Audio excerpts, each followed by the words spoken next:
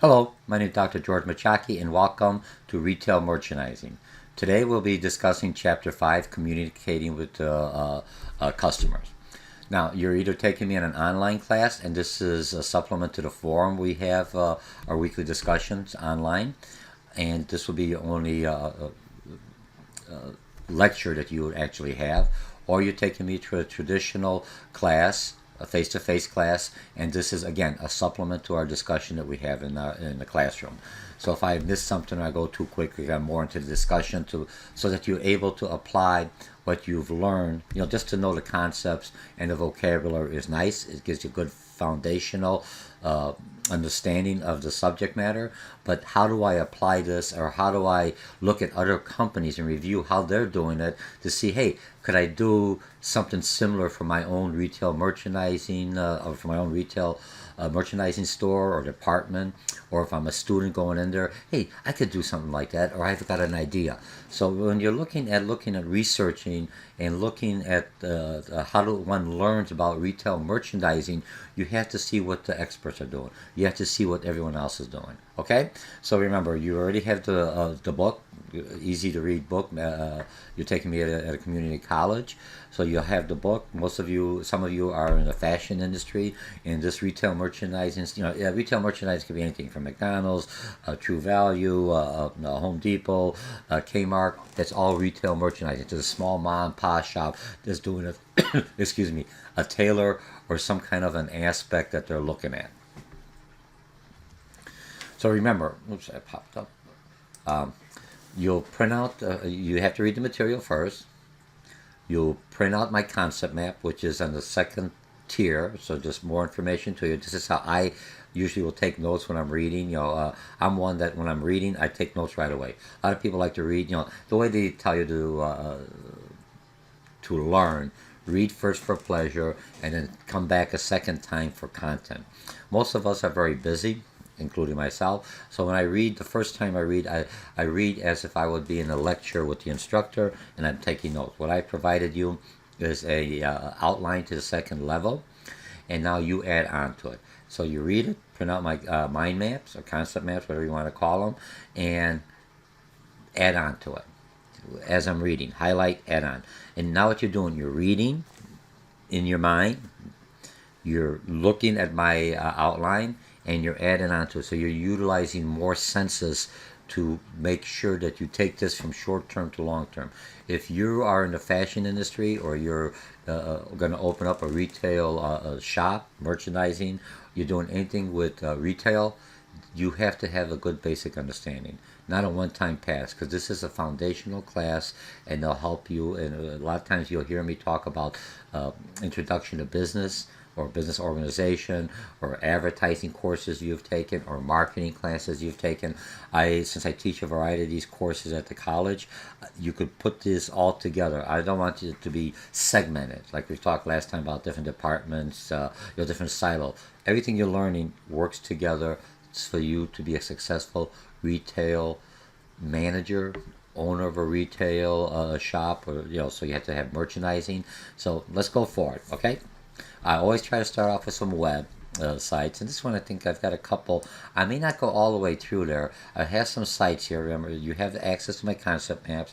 You in the course management system or Blackboard that you'll be taking, you have that. You have the author provides you the links. I've created the links in Blackboard for you, so it makes it easier. If you're looking at this on the YouTube, it's a one-time deal. Hey, that's great. You're looking at this. Look me up on the college level. I'm trying to pay off my student loans. That's why I do these. I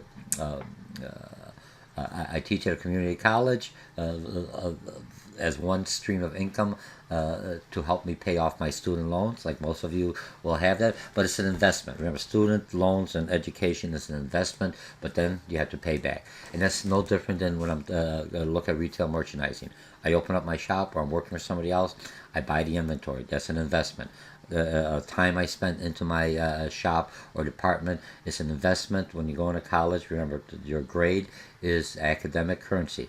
As you learn more, you're promoted more. As you learn more, you could expand your business. As you learn more, you become more profitable. If you become more profitable, your investment starts, you return on your investment. So let's look at our website. I just throw that in because a lot of times I have a lot of college students taking this and says, man, this is expensive. I'm doing this. I'm spending all my time. I'm working 2 jobs. It will pay off in the end. Okay?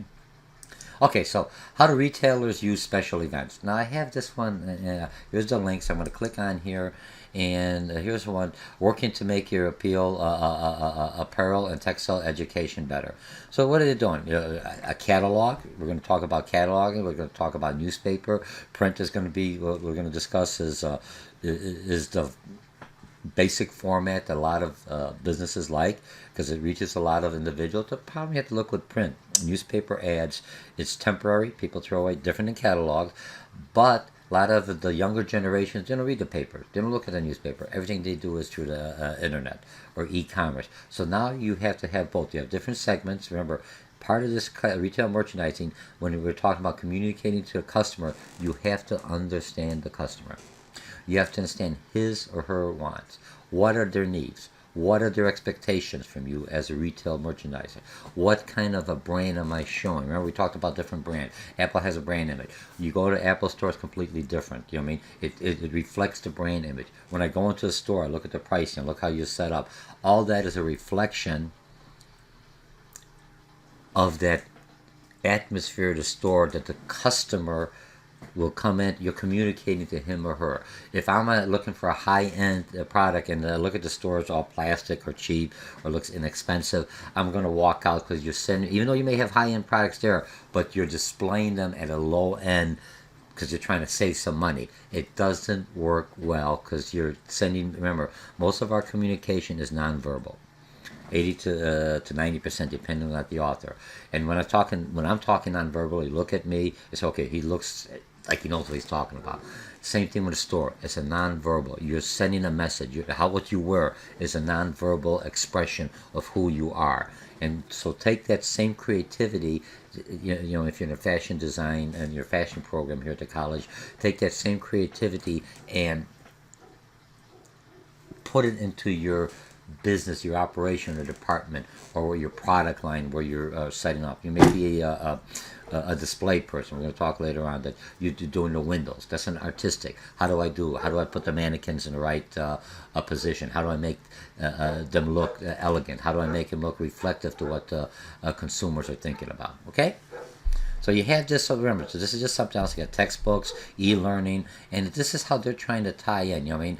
They got catalogs, fashion design. Now this is our textbook thing, fashion design. I can't get on here, but I'll just let you know. Okay, so it's one site. Look at it. I provide the sites for you to get ideas. Remember, I could go into the academic, and I'm working for a publisher.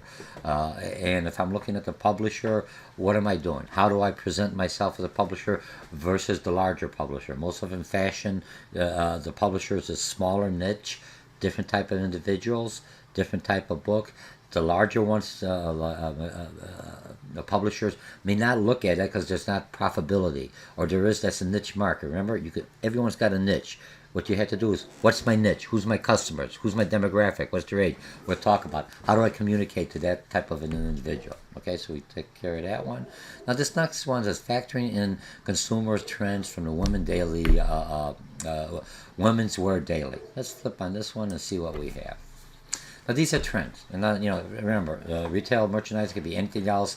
We just utilizing one which most people are very familiar with. We all buy clothes. We all have to go in the shops. We go to department stores, suits, dresses, shoes, everything else. It's all in the retail merchandising. So this is why it's a good thing to see. Now, a lot of times, what happens here in the retail or the fashion or the clothing industry. Could it be transferable to like Ace Hardware?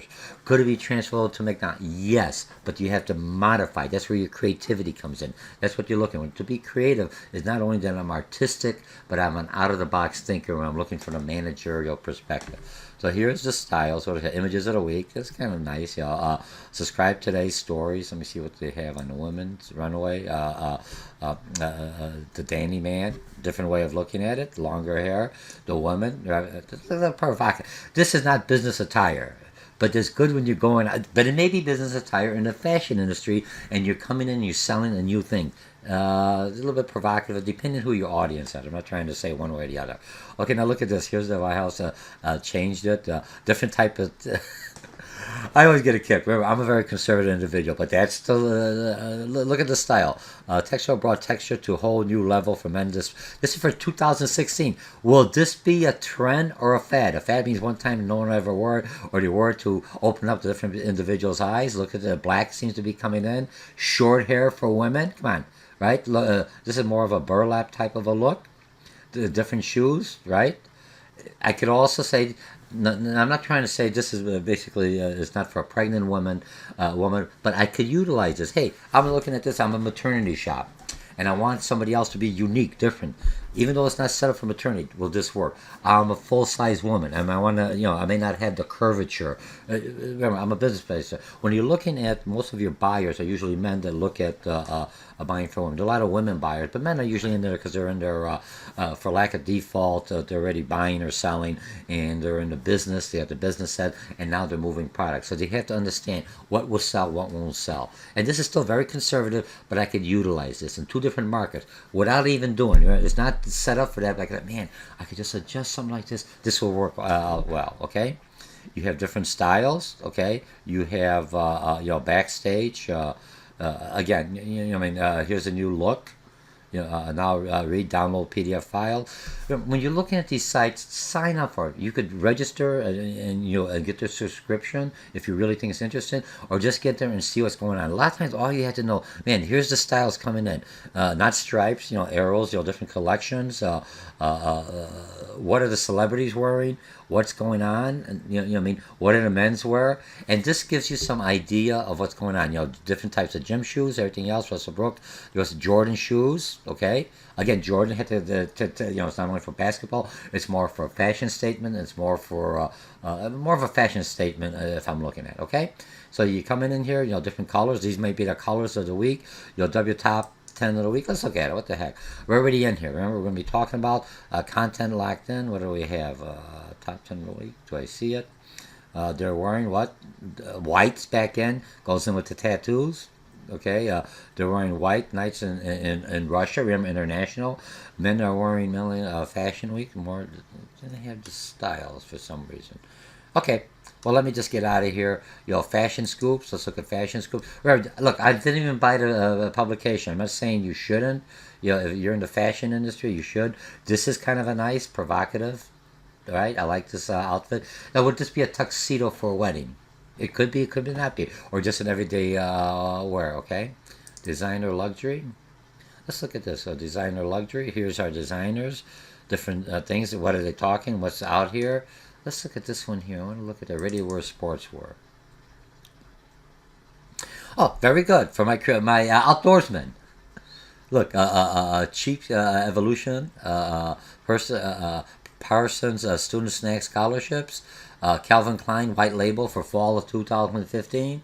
That's coming up, but they're already looking at what's going on in 2016. You have that material, the color. Someone's already deciding that. We're going to talk later on. We go different conventions where all this comes in, and now I'm the fashion, I'm the creative. I have to be in with the style, like it or not. You kind of force because here's the clothing, here's the new material, and how do I make it work? Buyers Mix at Vegas. Here's the more conservatives. Okay, plaid. Let's say the next one. Different theory. Black seems to be coming in pretty good. Black and white. Simple, basic colors. Okay. For men, Australian fashion. Names here are the winners. Kind of a pink or a plaid. Look, you call it colors you want. I look at it. Oh no, that's not this almond or it's this. All right. Okay, so I'll finish this, so we're good with this one. Now, this is everything we're going to be talking about. So you're looking at the trends, you're looking, and how I communicate them is with my ads, or is what's my display within the store. What am I attracting? What's coming in? People are just looking at the store. Ooh, so you're looking at your competitor store. You look at, man, I didn't even have that. That's a good idea. So remember we talked about the Gap last session in chapter 4, where you talked the Gap, the Old Navy, and I'm just using that Gap, Old Navy, and Banana Republic.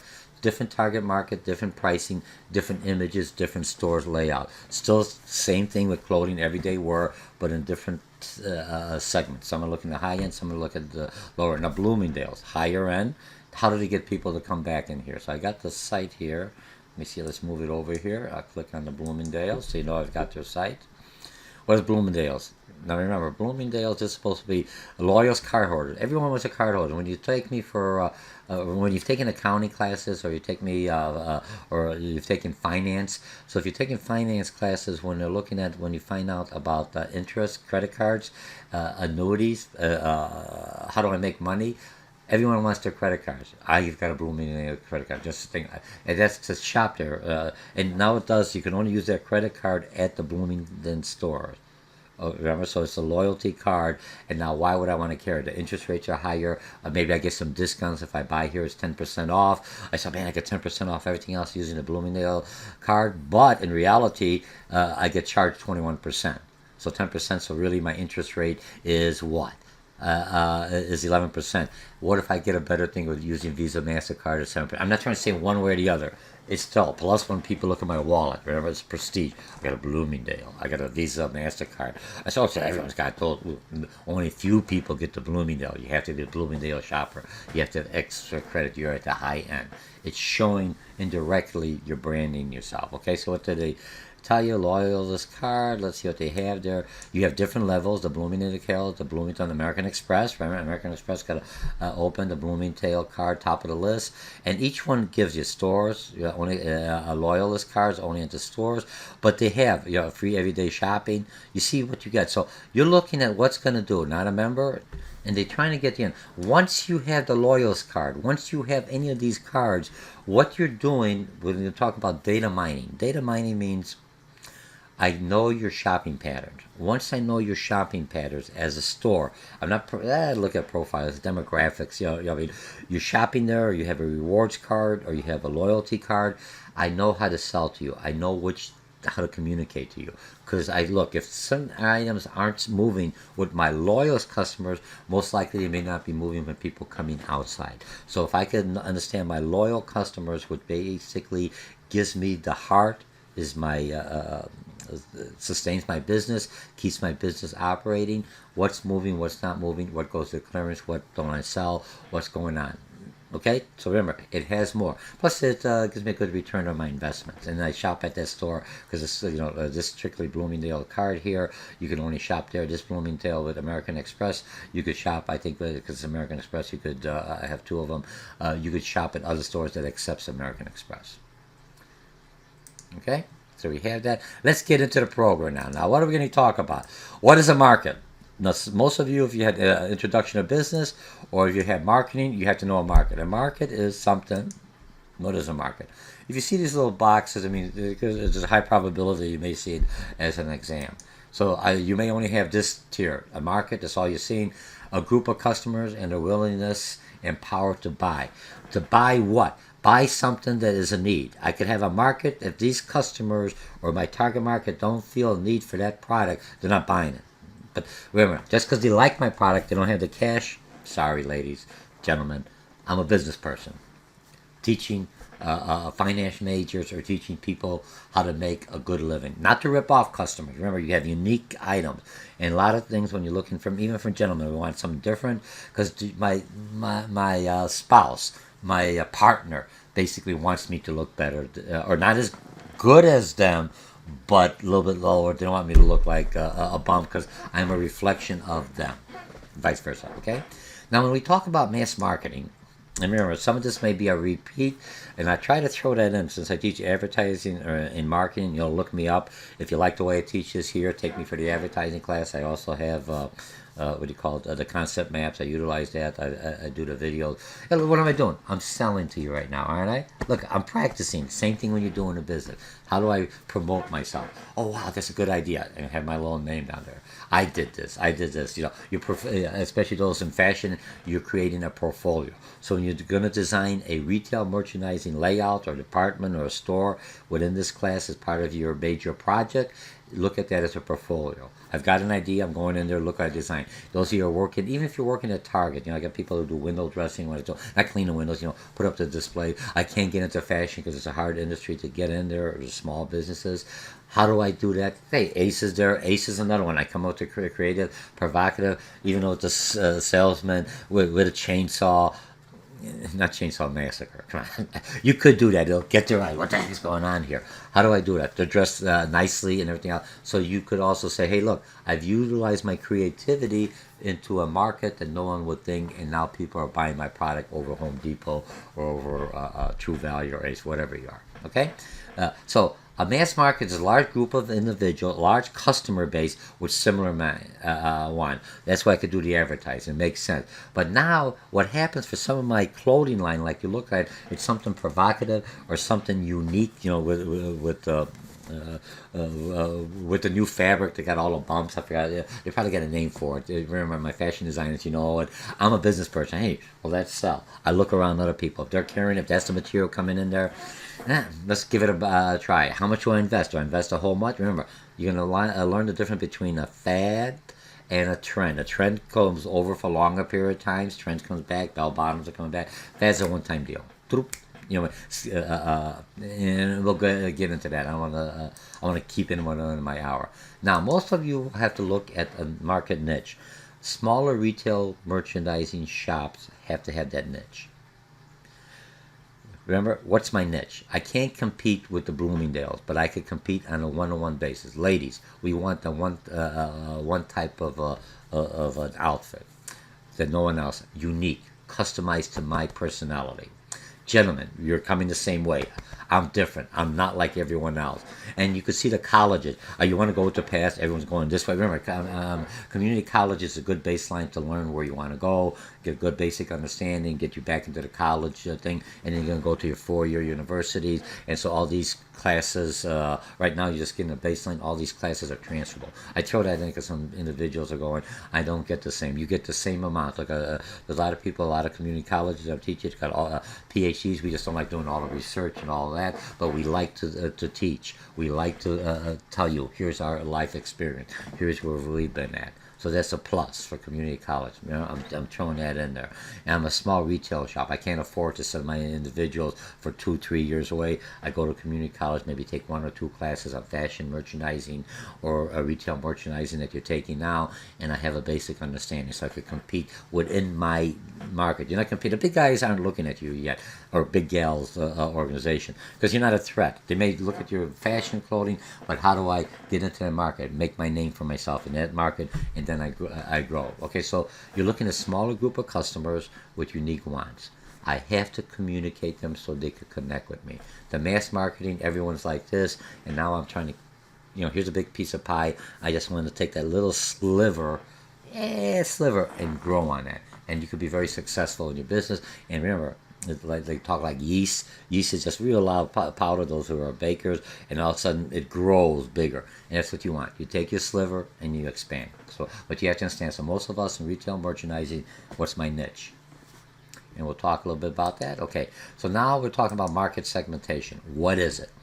You hear the terminology, and those of you who had me in marketing or advertising or anything else, I segment the market. I break it down into little areas, and I try to communicate to those different groups. Politicians know how to do it. They know how to talk to the conservatives. They know how to talk to the liberals, and they try to get the in-between vote. But they change their message. Same basic message. They change it to communicate to that niche that they're talking. So they're talking their language. Okay? Okay, so what is it? Identify similar customers' characteristic. Now we're talking different.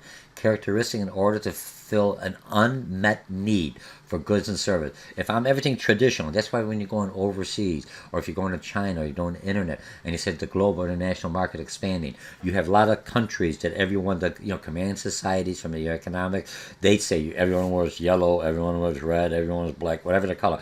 I want to be the individual, people, nature. I don't want to be like a trend. I want to be the setter. That's why they look into the Western market. We're still out there. We're trendsetters. People are looking at us and seeing what we're doing. So now I have a way to fulfill their unmet needs, okay, for goods and services. When I talk about products, it's goods and service, interchangeable in marketing. Okay, high income desirable. If I look at this, now who am I going to word it?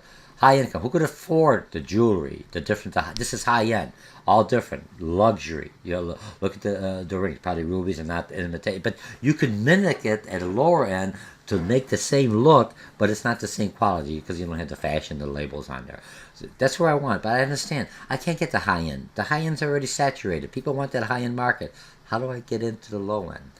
And get my name in, come up with something simple, something that I could sell. I could sell a lot more at a low end, at a lower price. Sure, there's slower market profitability, but if I sell more, I still make out as much as selling one or two outfits to somebody who in the higher end. And when I look at the year end after taxes and everything else, we're making about the same amount. But you have to have fewer customers. You have more customers, and we'll talk about that as we go on later on into the last chapters of this retail merchandising course that you're taking me in. Is looking more at the accounting, the finances, the costs associated to how do I minimize my expenses. Okay, American Eagle, cater to young people, right? Look at this, tank tops. You're not going to see someone my age or women my age. That's their target. Men could come in there my age. I like their shirts. I like their pants. They fit good. But majority, their targets are younger individuals. Look at it. Free-spirited. Relaxing. But not too expensive. Not too low value. Because, I want to look different. I don't want to look... so the price range has to be adjusted to your demographic. Depends where you're opening at. Okay, so we had American Eagle, target marketing. So I'm targeting exactly to the individual. Ann Taylor Loft customer. What do we have here? Here's an Ann Taylor. Remember, every customer, every store. If you look at a store, even though anyone could walk in the store. Some people walk in just to see, I never saw this, ad brought me in, I see a display, look kind of provocative, or I'm buying for my daughter, or buying for this, or I'm buying for my dad, or buying for someone else. So Ann Taylor customer profile. They're looking, has about 2 or 3 children. This is their tailor, this is their market, well-grown, age range between 30s and early 60s.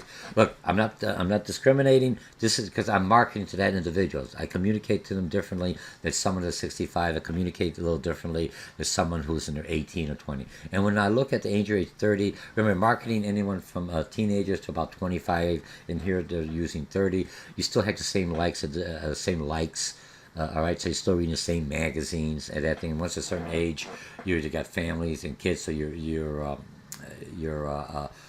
environment's just changing what you're looking at, and your peer pressure, they're changing, so you're adjusting to that. So you have that between her and her husband, right? Enjoys a good chick flick. They're talking, they're looking, what's the chick flick? So where am I advertising? What music? Large wardrobe, okay, because they got 2 incomes, tends to purchase staple colors such as navy, black, and cream.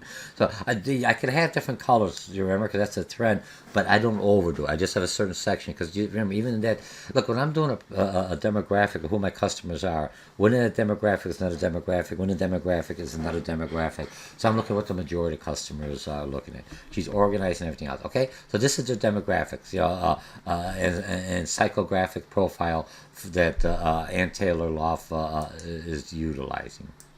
Remember, look at their sites. I just shown in there. Okay, demographic. Now, when we look at segmentation, market segmentation, we're going to look at it this way. It's broken down by demographics, and we'll talk about age and everything else. Psychographics, a lifestyle, how do I think, different lifestyles. Ethnic segmentation. Look, even though I'm an 18-year-old, I'm Polish, European, it's a little different than someone that's just Latino, Hispanic, or he's from Brazil. They group everyone else. Remember, I'm grouping Hispanic audience. Who's Hispanic? You could be Mexican, you could be Puerto Rican, is still considered Latinos or Hispanic. You could be from Brazil, you could be from Spain. Different markets, different tastes within that large umbrella. That's mass marketing, but now I'm going to definitely target the Mexicans. And the reason I'm going to say Mexicans because Mexico's here. We have a high in this area. My daughter-in-law is Mexican, so I can understand that more than I did before she married. What do you call it? My son, you know what I mean? So when I'm looking at that, she's Polish. Now she understands more about Polish people than she wants to, and I understand more about Mexicans than I want to. Not being derogatory. Remember, how do you understand that? That's for a lot of people. If I understand the Mexican culture, when I talk about Mexican culture, here's what you have to look at. Even within the Mexican Latino community, I'm my first generation, straight from Mexico, or I was saying from me. I came off the boat. I was born in Germany. I'm Polish. Descendants speak Polish, so first generation. My kids are basically second and third generation. My grandson, is Mexican and Polish. They're more Americanized. Right. They may look Polish, they may look Mexican, but they have nothing with the culture. They may reflect a little bit to it, maybe because of the features and everything else, but they may not. So who am I targeting? Within that population, first generation, second generation, usually by third generation, you're already inseminated within the culture to a certain point. So if you're always in a predominantly Hispanic or Mexican community, I grew up in Chicago, Logan Square area, Bucktown is what they call it now, parts of it, depending on what side of the street you're at. That's even broken down a little different. You have first generation, second generations, and you have third. Third generations, it's already more Americanized. So who am I targeting? But I'm still targeting. I'm breaking them down. Okay, so let's look at demographic. Most popular method. And I want you to understand this because remember, communicating with customers. I spend a lot of time, and I use these stories, and I want because people there's not one way to communicate. You have to know your customer. Who's walking in the door? Who's shopping online? When they have a profile. If you get them to do some kind of survey, a little information. The more I know about my customer, and look, if they're shopping in the store, I may know by the name. I just look at the cameras. All stores have security cameras. That's the society we're living in, and for shoplifting and everything else, it doesn't stop shoplifting, doesn't stop anything else, but they're being monitored.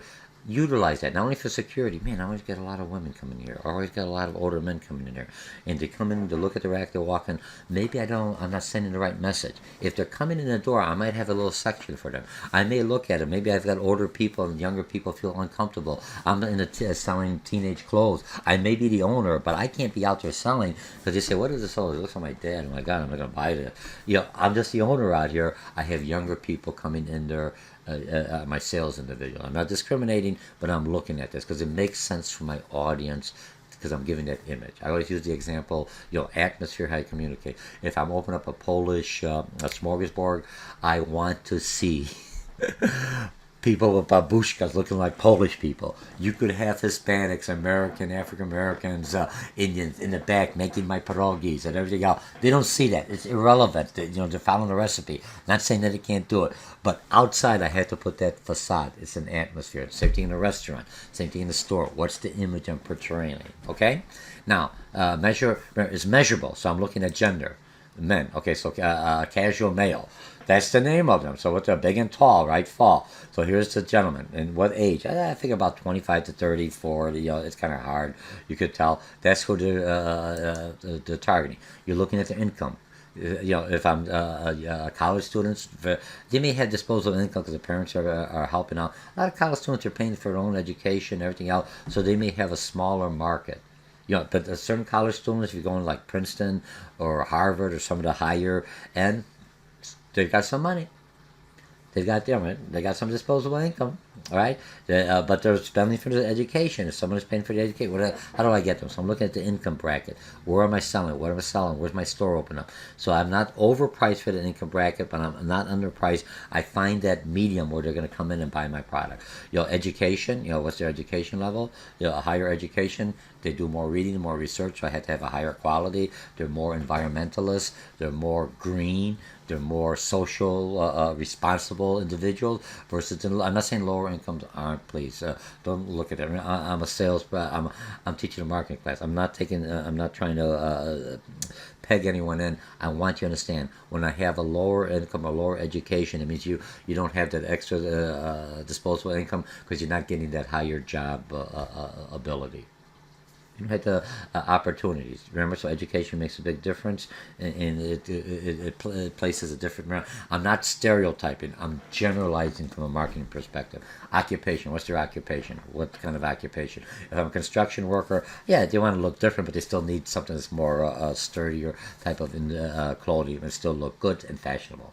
And the age. And the age is how I communicate them, and how and where I put my messages.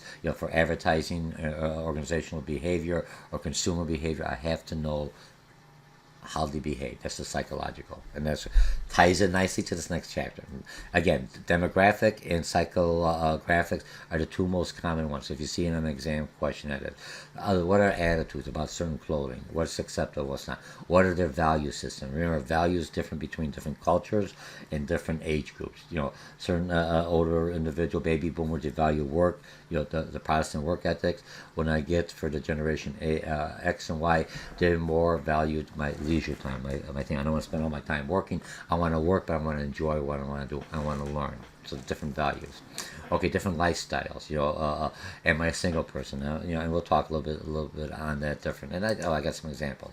Different lifestyle. Mothers who work. I'm looking at mothers at a certain age who work outside of homes, shop differently than stay-at-home moms. Because remember, I'm shopping out here. I'm shopping more of fast food, not fast food, quicker ways of making meals, more healthy, where the stay-at-home mom is looking and more, making it more themselves. Or remember, it's also going to be stay-at-home dads. I could be dads working, some dads are working, some dads are stay-at-home dads. How do I target that? That's a whole new market that's not been touched. How do I target? How do I say, hey, stay-at-home dad, come over here. We know there's dads. And you could look at the restrooms. You go in there. They not only have the changing table for babies, since we're talking about moms, in the women's, they also have it in the gentleman's section in there, the change, because dads are there. You can't just go into ladies. So you have to have that. You have to understand the different lifestyle. It's like of that one target. So don't too general. You start breaking it down. Now retailers.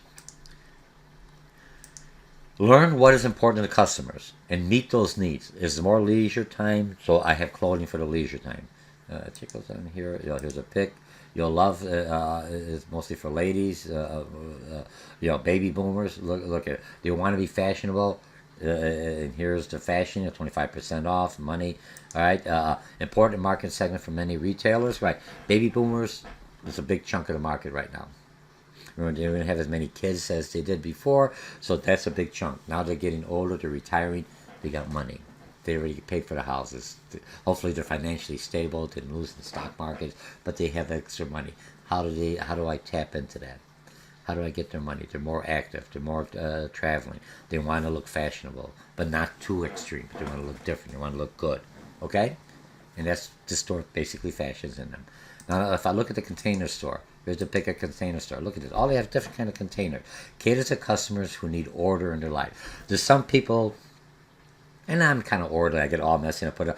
They have to have everything packaged. You go in their house, everything's in order. I go to some of my friends' houses that don't have kids. Everything's neat, in order. You have kids, they're going to go all over, jump on the furniture, but that house looks like a museum. But they have to be ordered. You move a cup of coffee, or you move, someone just kind of put it down. The next thing you know, and there's people at work, very orderly. There's nothing wrong with that. It's an obsession with them. So how do I sell to them? That's a market, a niche. Okay? So far? So that takes care of my psychographic. Now I look at ethnic segmentation. Ethnicities-orientated products. Everybody's ethnic.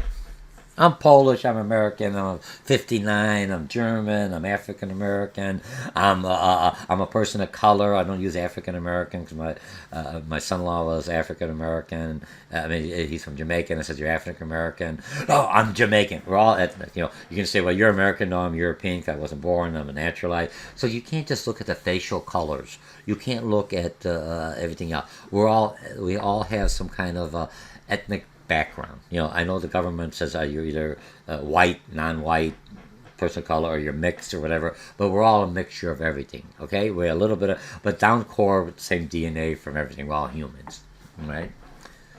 All right, so now ethnic groups have special interest in certain goods and services because of their racial, cultural background. Not stereotyping, I'm not segmenting, I'm trying to sell that. Look, if I go to a predominantly African American community, or I'm just using that just as a general, okay, you're not going to see a white Polish person or Caucasian person trying to sell them something because they can't relate. I've had, I'm opening up a beauty salon. The pictures you have, I could go in there, and a lot of times, used to work for ComEd, so I could go in there, I could go, so I had the markets all over in Chicago. I go into maybe a Mexican hairstylist. Everything out there, you got a Mexican or a Latino pictures, ladies, different colors, different styles. Shorter hair, your hair is like it or not, it's different than mine, but they'll still cut my hair. They know how to cut it. But if I want to come in there and say, hey, I want this kind of look that's more popular with some kind of design or some kind of etching in there, and I'm going to go to George that's got the old clipper, number 2, you know what I mean? You don't feel comfortable. Doesn't mean they can't do it, all right? So I have to have that atmosphere. That's retail merchandising. What's attractive? What's my majority of my customers walking in there? What are they going to add? I have to have those ads. This is what you're going to look like. When you come out of here, you're going to look like that. Okay? Now, America was homogeneous. When I look at America, when you look at homogeneous, the old country, they try to assimilate. So we all became, after a while, we pick up part of the culture. I don't care everything else. What the author is saying, what they're telling, what research is saying, that a lot of people coming in here, they pick up some of the good or bad, but they don't assimilate. They don't become 100% American. What they become more like a ethnicity, a diverse salad bowl. Look, I got my salad. I like anchovies, you put anchovies. I like this kind of cheese, feta cheese, I put cheese. I like this salad dressing. I like Romanian salad. I like tomatoes, no tomatoes. I like onions, no onions. I like this, I like parsley. Do you see what I mean? It still has its own uniqueness. And then when I take the two, it has its flavor. When I take the salad, I take this with the cheese, it's a different flavor. It's not like when you go with some of those health drinks. I put everything in there, the kitchen sink, and you have one thing. That's what they used to be when they called a melting pot. Or like a stew. Throw everything else in there, it loses flavor, everything is the same. We're not like that. That is what makes us strong in the fashion, makes us strong as a nation, makes us strong in merchandising. We're so unique because we have such a different diversity. We take a little bit of this. We take someone from a fashion designer from India, and we take someone as a fashion designer from China. Put it together, and we take the American custom Western. I'm just throwing this in, right? My fashion student, and I put this together. And voila! I come up with a whole new thing, and it targets 3 different markets. A little bit Western hat, a little bit from India. It has no collars, a little different kind of a tie. You know what I mean? A little China's a little longer, maybe the sandals, or maybe the coloring or something. The fan. I'm not staring. I'm just throwing ideas. Class. Remember, I'm a merchandiser. How do I communicate? Still hit my market. Not to be too provocative, but still be able for them to buy my product and bring them in. Okay. And then I use the Latino in here. Now, when I look at Latinos, here's a Latino. I'm not saying all Latinos, remember, first generations, they're more macho. And I don't know if that's a derogatory term. If I say it, please forgive me. And the reason I said that, I was in I teach a sports marketing class, and I called somebody in the class. I said, oh, you guys are sports jocks. Oh, no, we're not sports jocks. That's derogatory. We are athletes. I said, geez, excuse me, I'm old. Forgive me. So if I say anything, please forgive me. All right, I'm just throwing this on. Remember, I'm just talking from mine. I'm a selling. This will sell Latinos, right? They are more masculine. The look. Okay, so here's the look. The chest. I don't have the chest. The look. I'm cool. But I'm fashionable. So, but the reason the Latino population is very targeted is Latinos as customers, population grew by 58% over the last decade. That's 10 years. Those of you who forget, a decade is 10 years. Over 10 years, 58% growth. That's a big market out there. How do I cater to them? They don't want to look like me. They want their own. Remember, first generation. They even the third generation still want to tie in back to their heritage, back to the roots. I want to look a little bit like this. I want to bring back some of this. Okay, purchasing power. 700 billion and growing. I'm a business. Do I have a Latino clothing line? Remember, again, Latino, Mexican, different. I'm not trying to say that. Remember, I'm just general. I'm mass marketing, because a lot of time, if you have it, it'd be close enough. All right, because you could miss a match. Purchasing Latinos, 9% of U.S. apparel sales are going up. Fashion, that's a good sign. Think about giving that kind of a, so that's my customer base. The younger Latinos want to look different. They want to look sharp. They want to bring some of the culture in, but they also want to stand out, be different, be creative. You are there. Most of you, some of you are already in the fashion industry. How could I take my culture and bring it in? And I just have to sell to Latinos, because other people, when we talk about urban looks, other people want to come in there. Okay, spend more money on clothing than any other demographics. Even more than people said the Italians, for all you it's very conservative. The world, very expensive clothing, but they don't spend. They buy the one suit, lasts forever. We always want to look different. We want to be creative. Don't underestimate them. I mean, that's a market. Remember, I'm trying to say, and how do I communicate to that market? Okay, other segments. They're going to talk demographics. Sorry. All right. Segmentation is looking at different climates. Different, like here. Well, these two are kind of tied together. The author brought them together. According to regions, just a regular geographic segmentation is according to regions and country, Midwest. Also, urban, suburban, and rural. Look, a lot of suburban individuals want to have that urban look, the mean look. I grew up in the city. You get that by growing in the city, but they don't want to go in the city, be in there. They just want to have that. So they have a certain urban look. Or I may just have a certain urban look. Marshall Field or Macy's may have an urban look because the store's open in Chicago. It sells a lot of words, but more here. This is what's acceptable in the urban setting.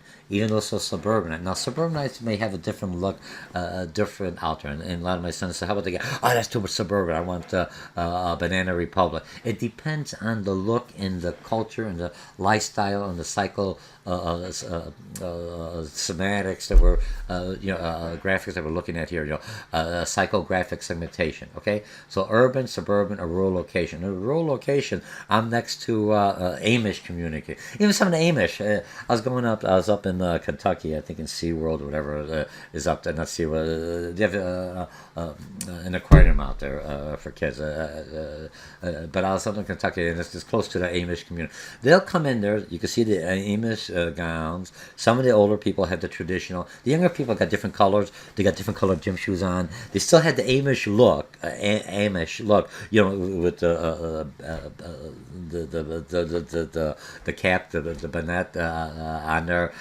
But they're creative. They still have they still have different. Some of the conservatives, so they're changing, but they still have the same culture. And how do I slowly? So I can't be too radical, but just enough for them. And I'm selling. I'm opening up this whole new community. You have disposable income, they have money, and they want to be there creative. The younger generation wants to put their own little mark. I've still been in the community with the peer pressure, following within the guidelines, but not to the extreme to give me a little bit, makes me a little bit different. I'm just not one of a thousand other, everyone wearing the same thing. Okay, family life cycle segmentation.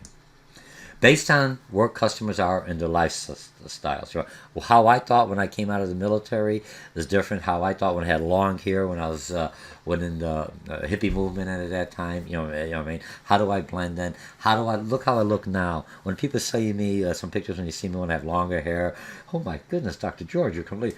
Lifestyle. You have some individuals when I was in high school used to be baggy grays and leather jackets, and I see them 20 years later. I run into them in downtown, and I see them, and they look like there's like a snapshot from the old thing. Where a lot of other individuals, you change by your lifestyle.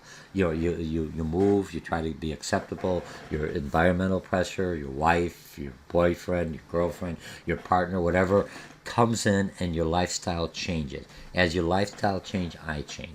As a marketer, as a retail businesses, what's the lifestyle I'm presenting? What's the lifestyle of my segment I'm looking at? Marriage status with children, young married couples. Again, young married couples. What happens? Look at this one. Young married couples without kids. A comedy choice. Double income, no kids. I don't want the kids. I'm not saying, you may be down the road, but right now you're young, you're married, you're looking at your career, you got that money to spend. You're both very working, you could afford it. Once you have kids, there's another avenue going out there. But look at the lifestyle. I may have no kids, but a lot of people, they may have a pet, a dog. They spend more time in a dog and pet. That is their children. That is their thing. That is their way to spend it. Money doesn't do you any good if you can't spend it and enjoy it. Some keep it all to themselves. You see this person is a bag lady, nothing against people. There's a lot of homeless people out there. But you look at them and then they passed away and you find out they had $2 million saved up. What the heck? Never spend the money. Never enjoyed it. Remember, you can't take it with you, and then if when you leave, somebody else is going to spend it. So might as well enjoy some of it. I'm not saying be frugal, spend all of it, but enjoy some of it. And that's what, as a marketer, I'm trying to do. You had that money. How do I get it out of your pocket into my pocket? With a double income, no kids, a lucrative market for many retailers. Okay, examples: needs to buying habits of young couples different from singles. Young couples differ from those singles with the same age. Now they talked about the book had a nice thing here, and they had like a modernizing lifestyle. Young divorce with children. That's a different market. They have to look professional. They're working. They got kids. They have time. How do I bet? Sometimes they got a good job. They want to spend more money on their kids. So I target it. Sometimes if they just got the divorce, their income's limited. So I target different middle-aged divorce with children. Different things. I'm more established. Middle-aged divorce without dependent children. Older women. Older unmarried women. They're out there. You have a whole thing. If you're over 50, eHarmony. You look at the gentleman out there. I see his commercial, eHarmony. I could find a mate. After a while, I would get his kids or grandkids. He's bringing his grandkids, bring younger. He should bring a younger face in there. Because if I look at eHarmony with him talking out there, he's a doctor. He knows that he's an old gentleman. Nothing against eHarmony, please. Don't. I'm a marketer. I'm taking this class as an example. That's how you're looking at it. If I'm looking from that perspective, maybe I'll have, he's got kids, have his son come in there. I'm eHarmony. I took it over from my dad, and now I'm looking over helping younger people finding a match, because that's why you have the other ones, Match.com or 50 and everything else. So you're targeting. You have Christian mingle, you have Jewish mingle, you have Muslim mingle. I don't know what they have. I'm just making it up. But if they're not, there's a market out there. Okay. A traditional flow, middle age, and this is how the money flows. A different alternative. So there's the life cycle. There's not one way within the cycle. Be wary. Be aware of your customer, and your market could change overnight. A lot of if you look in Chicago, one day it's a Polish neighborhood, next day it's an African American neighborhood, next time it's a Hispanic neighborhood or Latino neighborhood, next time it's an Indian neighborhood, and that could change within 5-10 years, depending. People move on, they go different structures, they go follow the family, or the neighborhood is very stable. And how do I sell within that neighborhood? How do I adjust? Okay. So now we have a lot here. I may be over. Let me move this along. Micro merchandising, tailoring stores mix to to the local market, found in local tastes, purchase database. I want this good because remember, if you can't communicate in your store, your atmosphere, how you come in, you're not going to be successful in retail merchandise. You have to understand the customer. So if I'm going a little bit longer on this than the other ones, bear with me. You can fast forward me, but look at I'm going to go through every one of these so you could see what I feel is important and what you might have missed when you're doing the reading. And then here's an example. Some Texas stores, fancy Western wears at rodeo time. Look, I'm Sears, and I'm just using it as a general, because Sears is all over, all right? So I'm in Sears stores up here. No one's going to buy. They have a small thing with cowboy hats or Texas Western or boot. I'm going to another Sears store down where there's a rodeo. That's what they want. Boom, all the stores got a cowboy hat, everything else on there, the boots and everything else, because that's what's selling. So even though I'm a large, centralized, what we talked about, I allow the small stores to have more, or JCPenney's have more of the Western look, because it makes sense in that area. That's what they call micro merchandising. Or I have a little segment in there up here. I got a rodeo coming in town. I live up in Lake Zurich area, and Wakanda always has the rodeo. I'm not talking about, please don't get me, somebody said, well, they're inhumane with animals and everything else. Just the regulators, I understand that. But I'm targeting the customers who are still coming in there, and they want to look good. They want the kids to have their cowboys, their shoes, their hats. I'm a retail merchandiser. I have a store. target a Western shop here. A lot of people ride horses. Some are for fancier horses where they come in, do the jumping. The other horses may be Western, or some people just enjoy horses. How do I target them? So they have to look at the market, who's I'm targeting, what's their lifestyle, what are they looking at? Is it for show or is it for the rodeo? Two different types of outfits, but I'm still a Western shop, and I might have a smaller area for more of the show type of a horsing versus the one for the rodeo, more of a rugged type. Okay? Now positioning. How do I not only position my store when my store's open? That's the first thing we talked about last time. What do you call it? Different retail formats. In strip malls, or where I'm going to come in, where I want to be positioned to. The other thing is, how do I position my products within the merchandising? Do I put look? Those of you who go to Woodfield Mall, that's the store, Gurney Mills. During the week, you have all the clearance stuff up there because you got a lot of Navy individuals at Gurney Mills up in the Great Lakes area, and Woodfield Mall. I have a lot of shoppers, thrift shoppers during the daytime. During the week, it's not as busy. Come the weekend, I get my tourists. I get my regular shoppers that they work all week and now they're going to come out shopping. You see all the thrift items move back, and all the high-end items come up because now there's people really, more than money. Because I understand the different flows, the different things, the psychographics, segmentation, psychosegmentation, and the lifestyle of different markets at different times of the day, different times of the weeks. Wednesday's slow day. I have more sales there. What days? And some people are thrift, so they find out on Wednesdays is when I have I start reducing my clearance things one more time. Usually Wednesdays or Tuesdays. Find out. And those are my thrift shoppers. To get rid of the stuff is inventory I want to move. It's taking space, it's costing me, it's obsolete information I want to get at. So remember, place in the market, product occupies must differ from my competitors. Even though I had the same thing, but because I want the customer coming in, but what's my signature? You go to McDonald's or you go to fast food, what's their signature? What's the signature meal? What's the signature that I'm coming? What's my brand name? What's my signature product that I'm selling? What is it? And that I should have out there. That's how I position it will differentiate me from my competitors that may be selling somewhere out there. And it's defined by the product. Toothpaste. You got different toothpaste. You got black. You got whitening, younger, more whitening, or you have older people, you drink a lot of pop, it's eating up your acid. Look at toothpaste, not just, all I want is toothpaste, fluoride-free, no fluoride-free, Tom's got all natural, not natural, other ones, you got so my goodness, sensitive, no sensitive, and they got one that's like a garbage toothpaste, for lack of a better word, takes care of everything, 50 things. How many chemicals am I taking? I'm one that's more of a natural, my goodness, look at all these chemicals. They all have some kind of chemical. We'll talk later on natural and organic. Two different things. Marketing did a nice job. Okay? Store image. Let's see store image. In the way the public sees a store, is it a value store? Remember, Macy's is a lot different than the dollar store. Macy's is a lot different than JCPenney's. But what's different? Okay? Is it prestige? What do you think when you think of Kohl's Food? Not Kohl's Food, Kohl's department store. Brand names and model prices. They have brand names, but they're more of a discounter. Mr. Arbany and Fitch, okay? What are you? I'm sorry. English is second language for me, so sometimes some words come down. If I look at A&F, what's their magazine? Provocative. Even now, they're kind of toning it down a little bit. They're that provocative. Do they want to be provocative? Look at the magazine. This is what sells. They're selling to younger people. They're selling everything else, okay?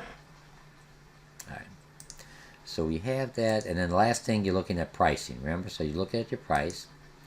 Now look at the, I bring up that English is second language, Polish is my natural language.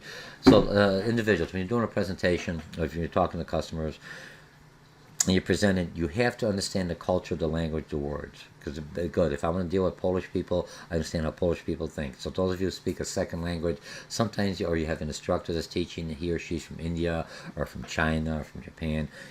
Some of the words they may pronounce a little bit differently, but remember, you could pick it up. Don't look at it. Doesn't mean they don't know it. They know how to read it. They're very sharp. You try, most Americans, when you look at, we speak one language, for lack of a better word, English. We barely do that well. But if I'm looking to speak English, when you speak in a different language, a lot of the people, I was doing with a lady from Ukraine, a co-op student, I'm working with another college, what they have, she speaks 5 different languages fluently.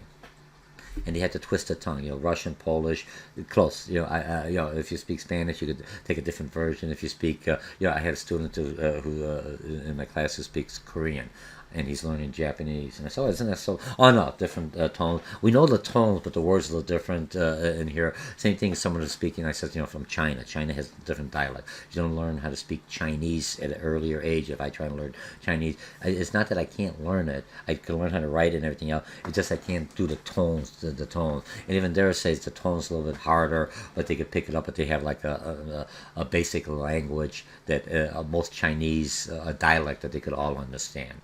Okay, so when you look at an instructor saying and he or she mispronounces the word, don't look back at it. Look what you're learning. Look at the concepts, what they're coming in there. I just throw that in, because remember, I'm looking at diversification. You have a customer who speaks a broken English. My mom spoke a broken English. Don't look down at individuals. If they have a MasterCard, a Visa card, I love them. And if they want my product, you adapt to them. You adapt to that customer. You don't have, remember, your ads should be simple, right to the point, something unique. You have to explain them, different ways how you say a certain word. Target, a lot of people go Target. My daughter used to work for Target. Oh, no, it's Target. Marshall Field used to own them, so it makes it at one higher level. Okay, so now, what's sales promotion? Sales promotion is basically persuading a customer to buy my product. Persuasive speech, for those who they can speak. And advertising is one way. Paid. Now, advertising, understand advertising, I'm not going to go into detail, you'll take me for a full call, is a paid message in print and a broadcast TV media. And different types. Institutional, sometimes I'm advertising for a brand name for the company, just to let them know the company. Here's my name. Good quality, everything else. And I may be targeting a business to business, or just to know a little bit about a company. I'm environmentally safe. I'm an environmentalist. I'm socially responsible. Those are institutional types of advertising that are out there, even though there's some to consumers. Okay, and then the different types of products. Okay, by product lines. The other one is that everyone prefers newspapers. Remember, newspapers now is a media that is dropping because a lot of the younger generations are getting all the information online. So a lot of newspapers, even though they sell the newspaper as a publication, they have the same clips on the internet or through e-commerce to get those individuals. You can still print it out. Your ads and everything else are there. Retailers prefer a newspaper. It's local because I could do saturate an area by putting inserts. And same thing when you look at DirecTV, cable television, or some of the other ones. Because of it's a subscription type, even Google, if you're just doing it in this certain area, and that's all you want to target. Because look, if I do an ad on a national television and it goes, I'm a small business and I pay that big money, unless I have an internet site or e-commerce site, people all the way from Chicago aren't going to come all the way like Zurich to buy a shirt. They say, man, I got enough shirts here. It's not going to be cost effective. So I wanted to spend the money so it costs me less. They could say we're only going to broadcast in this geographic area because we know our prescription subscribers are in the 60047. It's like Zurich zip code, or the Palatine, or in Lake County or whatever, Cook County. So I could do that. So you see how, and that's what the newspapers do. But now because the way we connect, or through the smartphones, through technology, I could also segment my market very specifically and reduce the cost to hit that market. Because it doesn't make sense. If I'm a big store like Target, I go everywhere. Just mass marketing, because I got Target stores everywhere. I got a lot of locations, and I'm not worried. Online, offline, in between the lines, whatever. You know what I mean? So a little different from Target versus from a small retail merchandise. I try to bring the distinction, because a lot of times I'm talking TV, and you say, well, I can't afford TV. Yes, you could. If you're off hours, or if it's you just say, I just want this small market, they'll say, okay, we could do some advertising because you're only going to air on here. Okay, and then you have to worry about cable TV, or if you see all these pop-ups when I come on here, it's very targeted to that local market.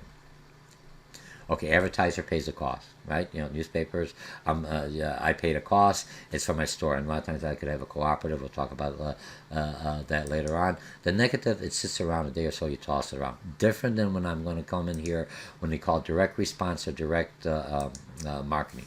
Includes catalog. Let me see right here. I look at the Wall Street Journal. I get that on Saturdays, Wall Street Journal. And I'm thinking, here's the Wall Street Journal, and here, oh, that's for Wall Street Journal. What the heck are they doing? That's for old people. Decide Wall Street Journal. If you look at the Wall Street Journal, I'm trying to sell the Wall Street Journal. Sometimes in finance class, to make you buy the subscription for that. I'm trying to get the younger individuals, the younger entrepreneurs. That's what the Wall Street Journal. That's what's going to go on. Those are people who want information. Why do I like Wall Street Journal? It tells me everything about business, all different trends, all different fashion. On the Saturdays, when it comes to last thing, because they don't have the Wall Street Journals because Wall Street's not open on Sundays. It starts up on Mondays. Look at the ad. First ad, the watch. Look how small that. The watch.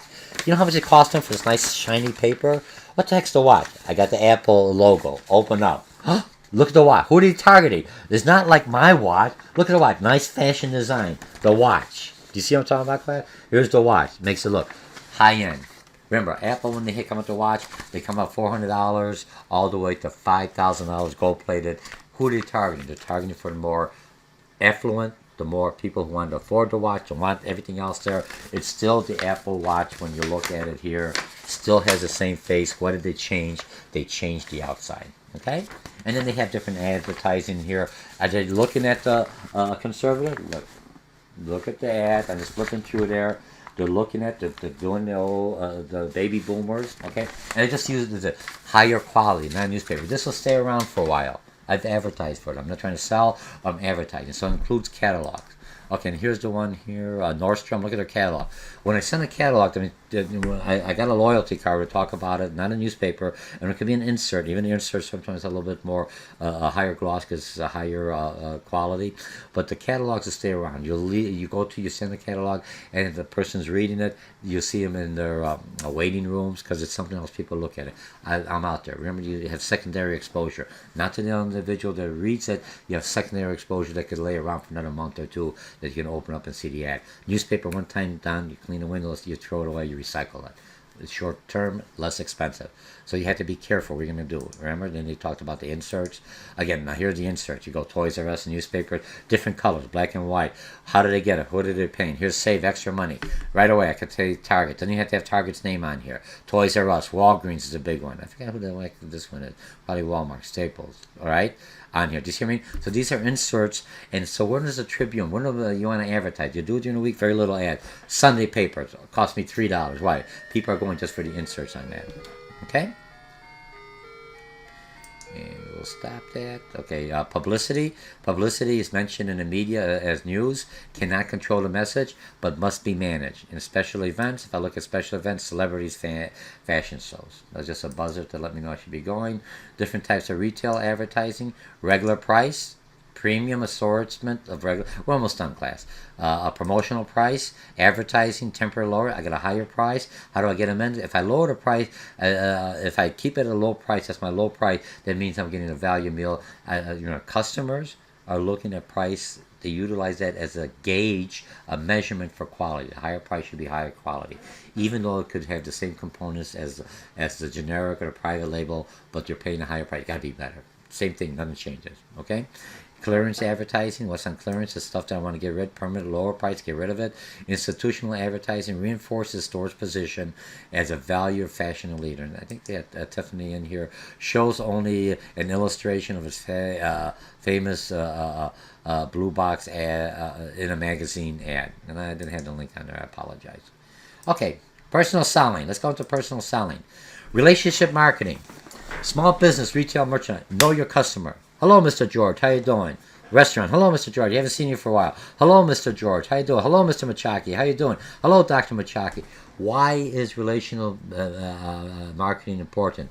Retail merchandising, the smaller operations, customers come in there because they know me. I'm not just another face, another zip code, another credit card. I go to Walmart. They tried it for a while. They butchered the name. They didn't know you had no feelings. You're just trying to say the name because it's part of a process. The small owner. You go to your hairstylist, your beauty salon, or your cosmetologist. What do you come in there? They know you by name. I haven't seen you for a while. You want the same regular? Yes, let me go into the computer. They may not remember you unless you come there all the time, or they may if you're a complaining customer. Or they'll come in there and they'll look up George, number 3 on the top, 4 on the top, little here, likes this, doesn't want any kind of gook in his hair. Okay, what does he want? That's George, in and out. Relationship marketing. I come back because you know something about me. Data. The more information you know about your customer, business to business, when I'm dealing with businesses, when I meet the customer, who's the buyer? How did he buy? How did he do this? What credit cards they have? What's their buying process? Does they have to go to this next level? I know all those levels. Don't talk about kids. He hates kids. Don't talk about marriage. They just got a divorce. I'm not talking about the company. Remember, I'm dealing with individuals within the company. What's the organizational structure? What do they buy? Organizational behavior. I understand how the company buys. I understand how they look. If they're very creative, I'm not going to come with look like a stuffy. I got to have some color in me. You know, I mean, some kind of a creativity. If I'm doing like an IBM, just using that as an example, white shirt, I got to be more conservative. Not shirt, come in the middle. Okay. Okay. So personal styling creates profits for retail, but it costs me more. Okay. Attention. Smart retail's train steps in a sale. Attention. How do I get their attention? Gain the customer's attention with a green. How you doing, sir? Home Depot's doing that. How you doing? After a while, everyone says, how you doing? I don't want to talk to you. I'm coming here buying the lousy screw. Someone does the things. The attention does two things. It makes the customer feel satisfied that I am aware. I know you're there. It also does for a security reason, because if I'm trying to steal, if they saw me, oh my God, they saw me, the camera, they made contact. Guess I remember the person. He was here. They didn't fit in, right? So get their attention, be polite, but back off if they don't want to talk to you. Some people, guys, we like to look around first. Ladies like the attention right away. Come in there. If I look lost, hey, can I help you? It's around there. And if you see me around there, I went to Sam's. They said I'm trying to look for some kind of a GPS unit or a Costco. So I went in there. Guy was busy. He goes around there. And he says, down the aisle. I'm walking around there. And he had to go down there. What did he do? He told me where to go. I started to go. He followed here. It's over here. I'm going this way anyway. He didn't make me feel uncomfortable like he's following me, because sometimes I want to find my own. Oh, he's already there, and here's the area. Here's everything else. Now I got the attention. I feel that, and then he let me go. And then interest. What's the interest? Get a customer interest in the goods. Here's the different kinds. If you have anything else, I'll be around the corner or look at that. The desire. Help the customer need for the goods. Try it on. Hey, want to try it on? Here, let me show you how this works. Well, I'm not sure. Oh, it's real simple. Especially if you see a person's hesitant, and some people want to play with it first. Hey, so what do you think? Yeah, I know. So they look at it, but give them the breathing room. Don't be on there like fly on a manure. All right, I don't know if that's even acceptable, but fly on manure. Always around there. Be there, but be around, so when I want you, I can say, hey, I'm ready now for you. You have to understand your customer. And then action. When do I close in on a sale? Secure commitment from a customer. Just what? Cash or charge, sir? Oh, you don't have that? Or the suggested other item? Well, that's not what I want. Well, we've got something similar to that. Do you have like that? We don't have it here on stock, but we could order that. Here, come on over here. I'll order right now. I won't charge you any shipping, delivery. And look, try this on. Yes, but we don't have your size, or we don't have this color. No problem. We'll have it to you next day. You don't need it today. Next day, no charge, everything else. And if you don't like it, you can bring it back there. You see how I did? I locked it in. Bass and Pro does that. There's some other ones that I was in there. If I couldn't find the gym shoes, I was buying something else for sporting or something else, and they didn't have it. They had. I tried it on. They had the color I wanted, or they tried a different one. And I said, hey, we'll have it. Come on with me. Everything's free. We'll deliver it next day for you. I don't want that customer to leave my shop to go to another retail merchandiser. It's like, oh, I can't go out with you on a date, but go out with my friend. As long as my friend is uglier than I am or has no personality, fine. But if they're better looking, you may drop me and go for my friend. I'm just using that as an analogy, class. Think it the same way. Customers come, I want them to be loyal to me. I want them to come back. Okay? And here's a typical CAM presentation. Greeting, determine the customer's need, explain the product, suggesting, closing the sale. It works good for customers. Business, you do the same thing, but you can't get the sale. You have to go to the next buying process. You have to understand the buying procedure. So if you take me for business marketing, you'll do very well on that. You understand that. Now, loyalty programs, I think this is the last one. We're almost done. Okay, individualized mass marketing, strategy for tracking customers' purchases to anticipate future needs through point of purchase records. Credit cards is a good one, gets my name. Debit cards, I have all the information, at least where they bought from me. Sometimes they give me your email address. So if you have any sales or if you have any kind of questions, you could find out. Customer database, develop a target customers of future promotional. Example, Bloomingdale's award, we show that on here. Stored value cards, Jewel had that. But if you're not using it, or you're letting people not get this different discounts because you just want it, then it's irrelevant. A lot of times you don't really need that because you've got the credit card, so they know what you're shopping, or debit card, what you're doing. If you're using a reward card, if you ever know those stores who have a reward, when you print out, you use the reward card to get your discounts. And then when they print out and give you all their coupons, it's everything I need. So if I was using reward cards and I buy a lot of junk food, I got the sweet tooth, so I buy a lot of junk food, here's one of my coupons. Either for Twinkies, Hostess, whatever, and also how to diet, how to lose weight, because we think those will complement. Since we're doing a lot of things online, and online, when you're buying stuff, Amazon does that. Other customers that bought a similar item like this also purchase this. They're trying to get me to buy more product. Or if you're looking at some of the catalog, $9.99, anything over $20, you shipping's free because you got like a base shipping thing. So if it's $9.99, $9.99 items is still under $20. You have to buy the third item because they're not looking with taxes, everything else, to get the shipping. So they encourage me to buy one more item for a few pennies to avoid the shipping charge, which may only be $2 or $3. But I bought another $10 item. All right, so that's it for now, and I'm going to stop real quickly, and I'm not going to overview talk it. So retailing, merchandising. This is a course you're taking me at a college level. Chapter 5, communicating with the customers. Remember, your salespeople have to represent the customers. The store is sending a lot of non-verbal messages. How I lay out, how I position, different segments, different lifestyle, has to be all communicated within my display of my merchandising, within my display of my storehouse laid out. Where the store's positioned, how my main product, my signature product, what are people coming in there, what's out there. Abercrombie and Finch, basically very provocative. But now a lot of people are going, yeah, maybe it's too provocative, let's tone it down a little. And they are, they're not so. And what happens? They come up with the provocative ads to get free publicity nationwide, worldwide. They don't have to pay for it. They can't control the message. But is that the message I want? Okay? So you've learned a lot about segmenting, and I'm not stereotyping. I'm generalizing. I'm trying to make them feel comfortable so when they come into my store, it reflects their personality, reflects their lifestyle. Remember, Best Buy did one was centered for women, and they're looking at different women, quieter music, more of a gentler colors. If I'm targeting women with kids, they want bigger aisles, so they got shopping carts, or they got shopping cart and baby carriages. What am I looking for? More women salespeople. That's who's my target market. All right. So segmenting, how I communicate verbally through the advertising, but also the store, the brand image, the people who are coming in there, what message are they sending, the non-verbal, so they feel comfortable coming. This is the store I look, how it's laid out. This is perfect. Again, my name is Dr. George Mochocki, and this is Retail Merchandising, Chapter 5, communicating with the consumers. Your store says a lot about your product, your brand, your pricing, and the customers that come in. And I'll see you for our next section.